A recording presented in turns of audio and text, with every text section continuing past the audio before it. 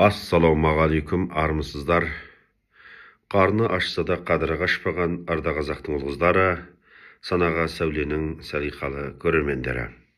Алдарыңызда әдеттегідей педагог, қоғам белсендісі Жұмабек Әлімханұлы.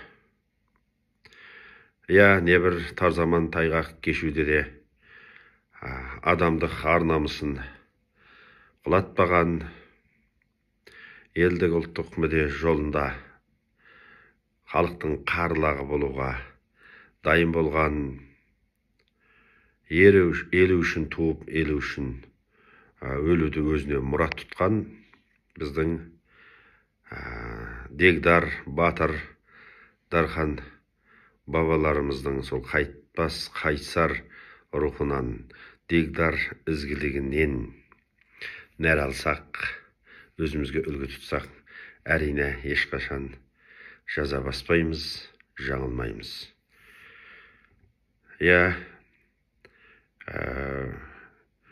Ең үлкен адами құндылық ол қысқа ғұмырда өзінің шекті өмірін шексіз халық мүддесіне арнай білуде жатыр. Әр адамның бұл дүниедегі миссиясы адам баласына жақсылық жасаумен өлшенеді.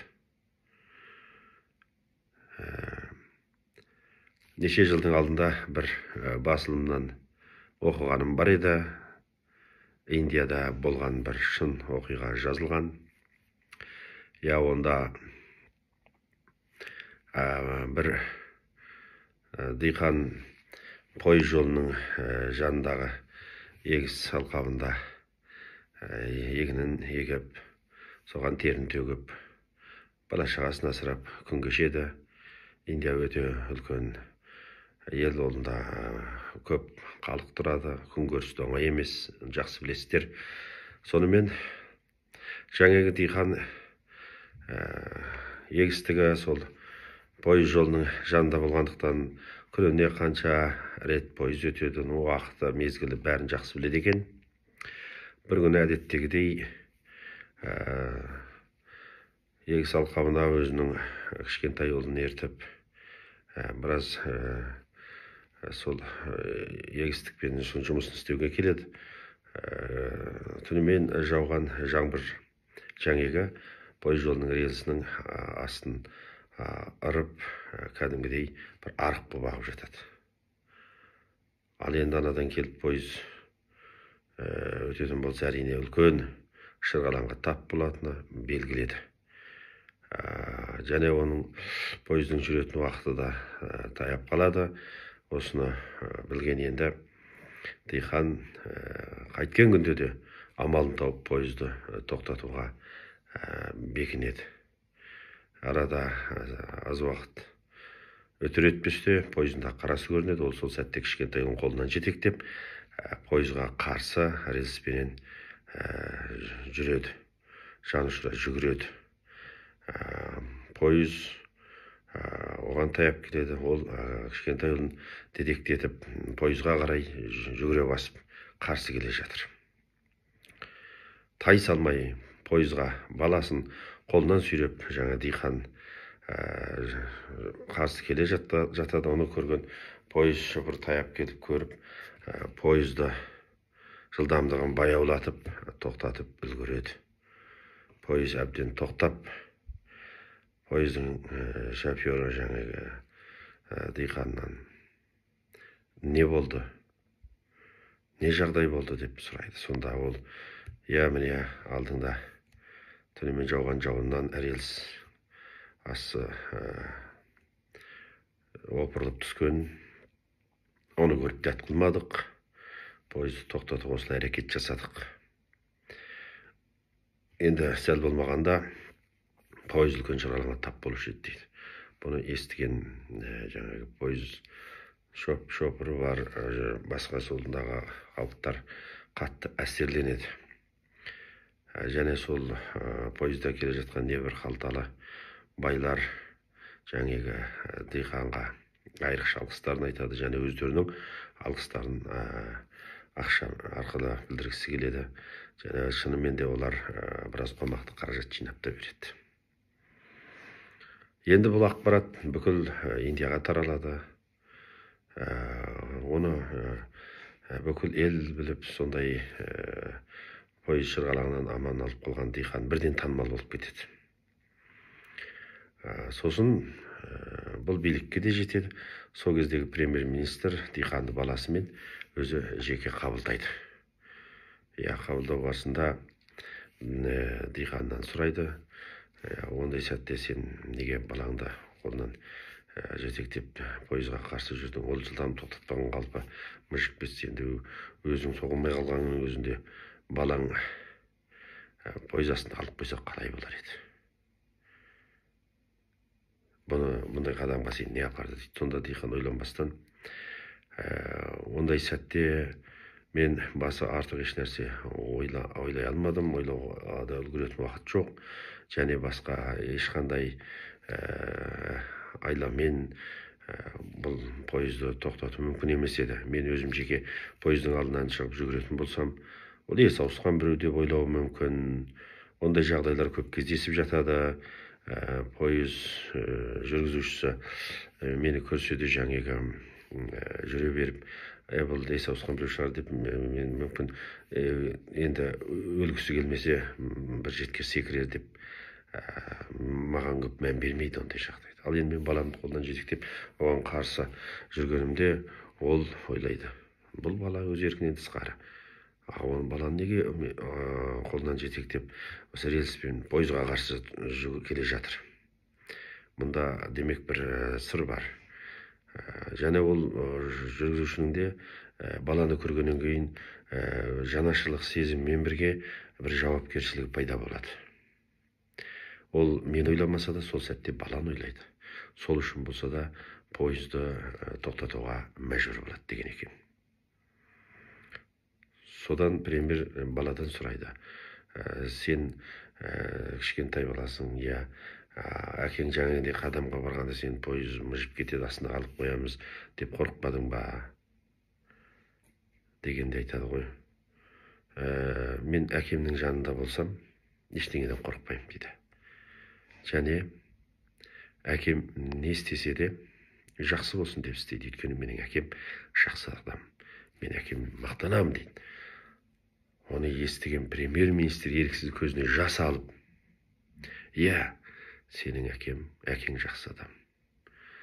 Сенің әкең сенің ғана емес, бүкіл Индияның мақтанышы дейді. Мен тақта отырып, сондай сын сәтте егер мен әкең орнында болсам, ондай қадам жасай алмас едім деп көзіне жас алып, әкесі мен баласын құшақтап тұрып, еріксіз еңкілдеп екетек жасқа толған екен. Сонымен әке бала бірден бүкіл мемлекет танып білді, халық төбесіне көтерді, қаладан пәтер берілді оларға, бірден жағдайы жақсарып кетті. Және жаңағы аман қалған байлар оған қаншама қаражат жинап берді. Сол кезде жаңағы баланың әкесі, қарапайым диқан, қолындағы қаражатын өзінің ауылдастарына жоқ-жітікке бөліп таратып берген екен. Маған өз баспанам бар, бала шағам аман болсын, жетеді маған. Мен бұны пайда көздікпенен істеген жоқпын. Бірден жұртқа танылайын деп мұндай қадамға барған жоқпын. Мен тек пойыздағы адамдарды аман алып қалу ғана үшін осы қадамға бардым. Және мен бұны бір еңбек ретінде мемлекетке, халыққа бұлдамаймын депті. Қандай кішіпейілдік, Ол онша бір оқымаған диқан болса да, әл-ауқат төмен болса да, ондағы адамгершілік, ар-ұждан, оның жаңағы санасына орныққаны соншалықты сын сәтте лап етіп тұтас бойын шарпып тұр. Осындай сын сәттерде сондай бір кемел кісілігі, терең түсінігі бар, жаңағы адамгершілік сондай бір ізгіліктен, сон мейірімділікпен сусындаған қашанда қайырымдылық жасауға дайын тұратын, сын сәтте халықтың қарылағы болып кетуге ойланбастан өзін арнайтын адамдар болады, иә. Олар сондайда тек қана олардың санасында дәл сол бір сын сәтте ойлануға мүлдем мүмкіндік уақыт болмаған осындай бір төтенше жағдайда олар санасына тек қана жаңа ізгілік оты жанады. Әрбір клеткасында сондай ізгіліктің, бір қайырымдылықтың бүкіл бұйы толқыны шарпиды. Ал енді адам пендесі ондай сын сәтте топалаңнан тоқаш ұрлағысы келетіндер деп болады. Ол кезде олардың бастары жақсы деп, олардың да әрбір клеткасы сол сәтте тек қана пайда көріп қалу, қамтып қалу, жеке бастың қажетін қамдап қалу, орай кеп тұрғанда қолдан бермей қалу дегенге кірісіп кетеді. Оны біз міне Алматыдағы өткендегі сілкіністегі жаңағы араны ашылған таксистердің бағаны аспандап көтергені. Ондай сын сәтте әуелі біреу қойғайланғанда, біреу тойғайланғанда, біреу қойғайланады демекші, үйін тастап кеткен, сыртқа қашқан кісілер үйіне түскен ұрылар да жоқ емес шығар, қайдан білеміз. Әлбетте соң жай әдетте қонаққа кетіп, кештетіп жай келгенше осы үйге ұрылар түсіп үлгереді. Алматыда көп кездесетін жағдай, жасыратын ештеңесі жоқ. Менің отбасымда да болған. Бажамның үйіне қонаққа бала шағаммен барып, осы қайсы жылы, бірнеше жылдың артында. Осы жер үйімде құлыптап кеткенбіз. Түнгі сағат 12-ден өте қайтып келдік. Келсек, менде есік бар құлыптаулы, терезенің жаңағы пластмас терезенің жайлап ашқан. Бұл оңай ашылып кетеді екен ғой, жаңағындай. Отвертка тығама әйтеуір бір қырын ашып, ақырын тықылдатып ұрып ашылып кетеді екен. Соны түсіп, бүкіл шашып, бәрін телевизор көтеріп кетті. Әйелінің алқамын шақ бәрін сыпырып әкетті мысалы. Әйтеуір керекке жарайтын нәрсенің бәрін алып кеткен. Ойлаңыз енді, ол көте көп. Әлбетте соң біз бір жаққа шыққанда үйімізге адам бос үйін тастай алмаймыз. Алматылықтардың көбінде де бар жағдай. Ересекте балалар қалады, немесе біреулер қарап қалады енді. Ол бір кешкі бір сәтте. Ал енді ұзаққа кету, бір айлап жаққа кететін жағдай болса, ол арнаулы бір адамдарды орналастырып кетпесе, бірақ өптеп кетеді, ол белгілі. Көрдіңіздер ме енді осыны? Ол бүкіл елге топырақ шашқандық емес, енді осындай адамдар бар демекшімізде. Халықтың қасіретінен, жаңағындай халықтың бейғамдығынан, қиындығынан көмек беретін сәтте керісінше көмегін бұлдау, орайды пайдаланып қалу, осындай ниеттегілер де жетеді. Енді жаңағы Индиядағы диқан сияқты небір азаматтар бар. Сын сәтте еш нәрсеге ойлануға үлгермейтін сәтте сондай адамға барады. Өйткені олардың генетикасынан ата-бабасының жаңағы ізгілігінен сусындаған, ата-бабасының сондай батыл қадам жасайтындығынан, тәуекелшілдігінен соны нәр алып тұр.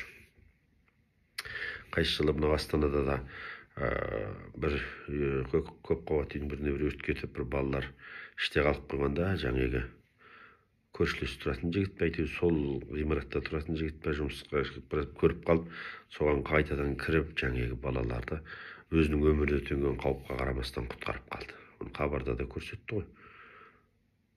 Сонда ол ешқашанда әуелі құтқарып қалды, одан жұмыста кете берген. Оны артынан іздеп, журналистер ойбай деп герой қылып көрсеткісі келді, бірақ ол қарапайым қатардағы жігіт.